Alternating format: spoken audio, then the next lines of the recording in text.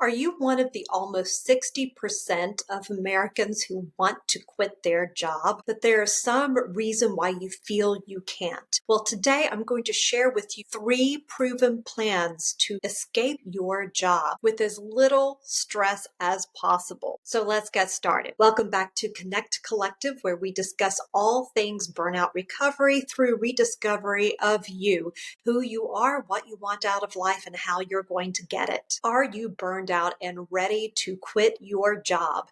This is part 2 of a Quit Your Job series. Last week, we discussed why do you want to quit your job and the mindsets that you have to watch out for that might keep you in a job you hate.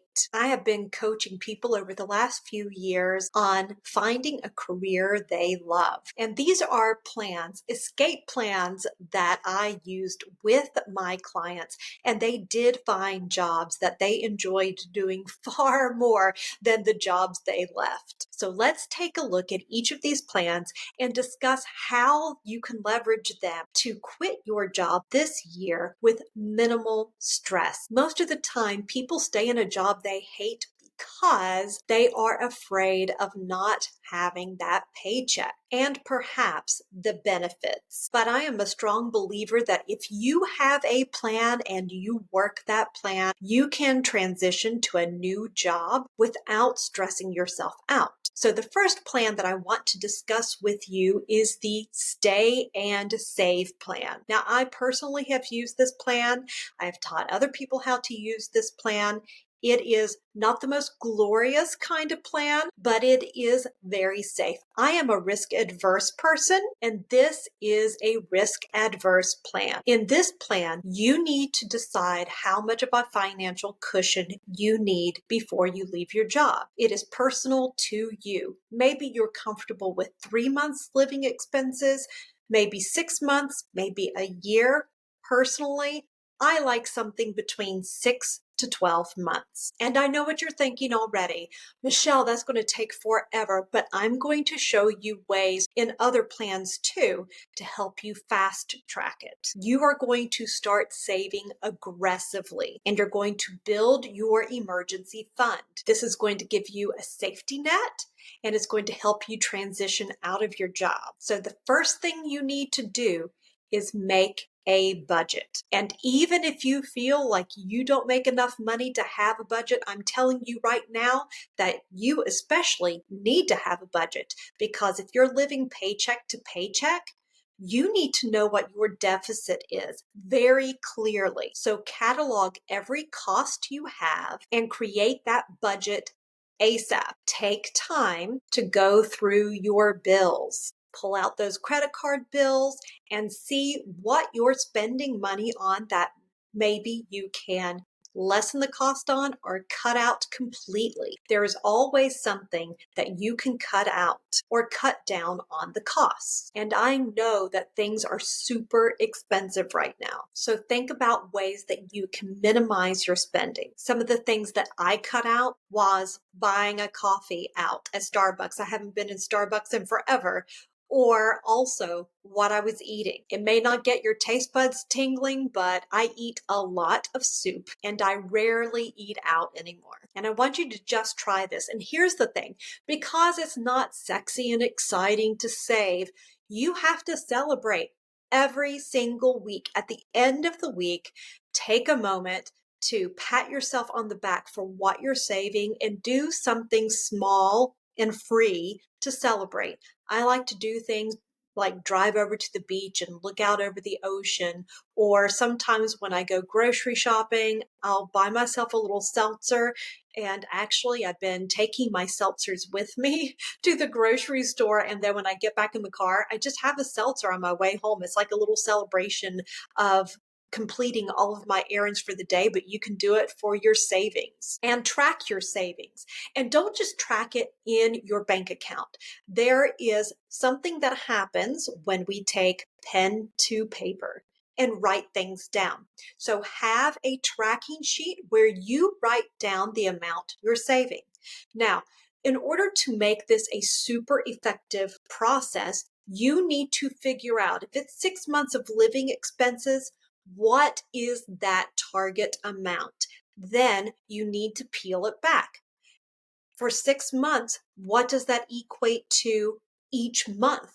Okay, what does that equate to each week, each day? That will help it feel more achievable. And then it will also help you figure out how long it's going to take you to save the amount of money you want to save to create that safety net, that financial cushion. I have done this successfully several times.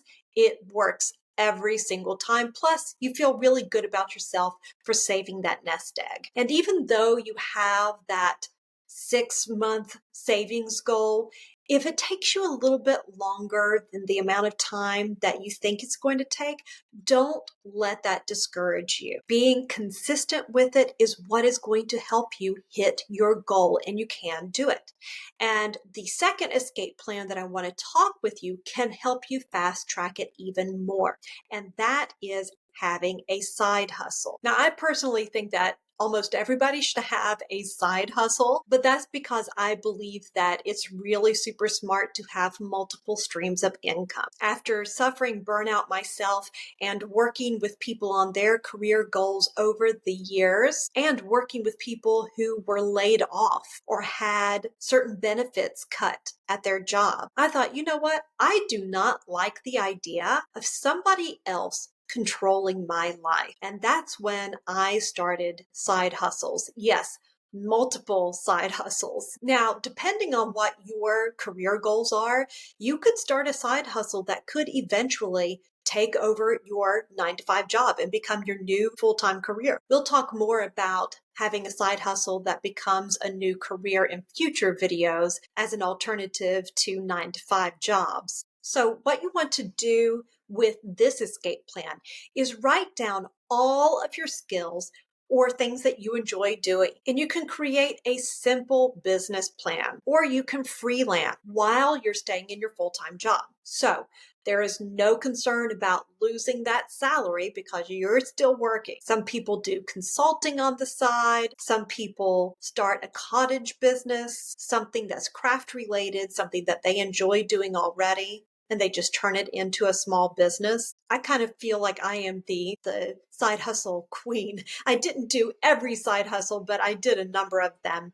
I was a yoga teacher. I also taught yoga workshops on weekends. I did resume writing, copywriting, technical writing, and I had a reselling business online.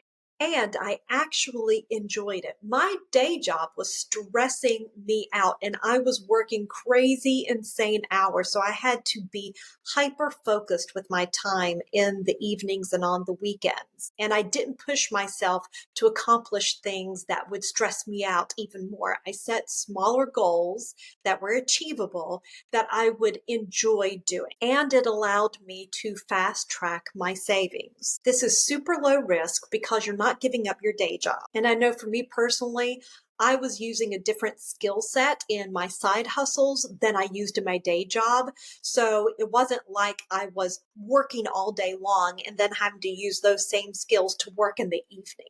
Does that make sense? So it was always enjoyable for me. Now, I'm not going to lie. It took a lot of planning and focus and consistency and dedication. But I tell you what, I was hell bent on getting my savings cushion set up and nice and fluffy for me so I could leave my job. And an added bonus is that I learned so many new skills along the way, which actually helped build my confidence. It taught me that I could do other things aside from my chosen career. Now, at this point, I want to give you like a little bonus tip and tell you that while you have a job, it is a gift.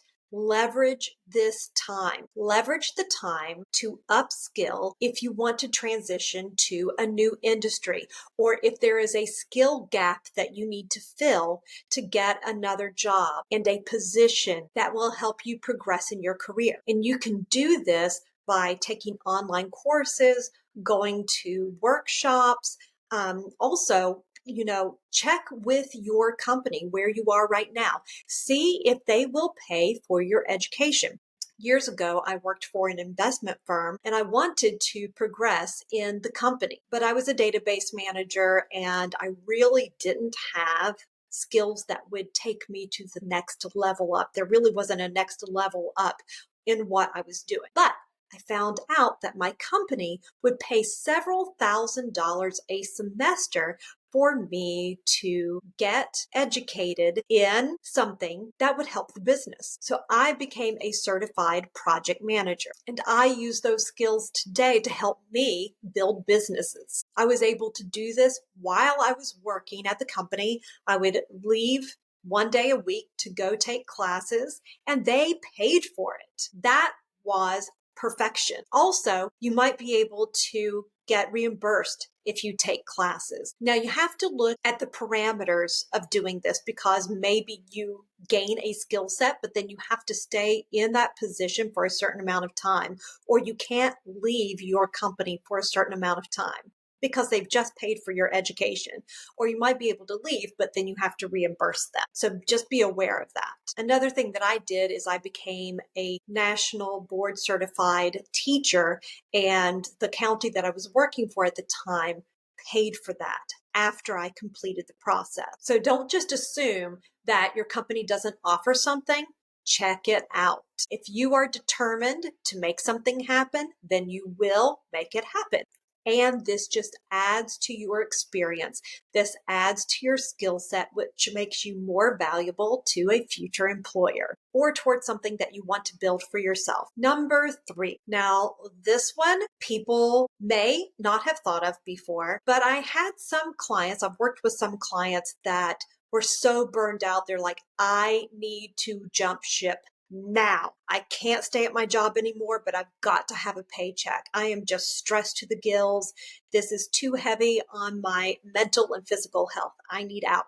And the out is available. And I want you to consider this. And it is temp or contract work. Now, I have worked for temp agencies before, and I have suggested to my clients to go to temp agencies before. And if you find an established temp agency, then it's possible that you can get benefits through that company. For example, there have been a few temp agencies that I've referred clients to or that I worked for myself in the past, and they offered health benefits. They offered retirement plan benefits after you had worked with them for so many hours consistently over months. And depending on what you want for yourself, if you're like super burned out and you kind of need a brain break, but you want to have some money coming in, then you can do temp day to day, or you can do long-term placements, or you can do temp to full-time hire. And that's kind of where you get to test out a company.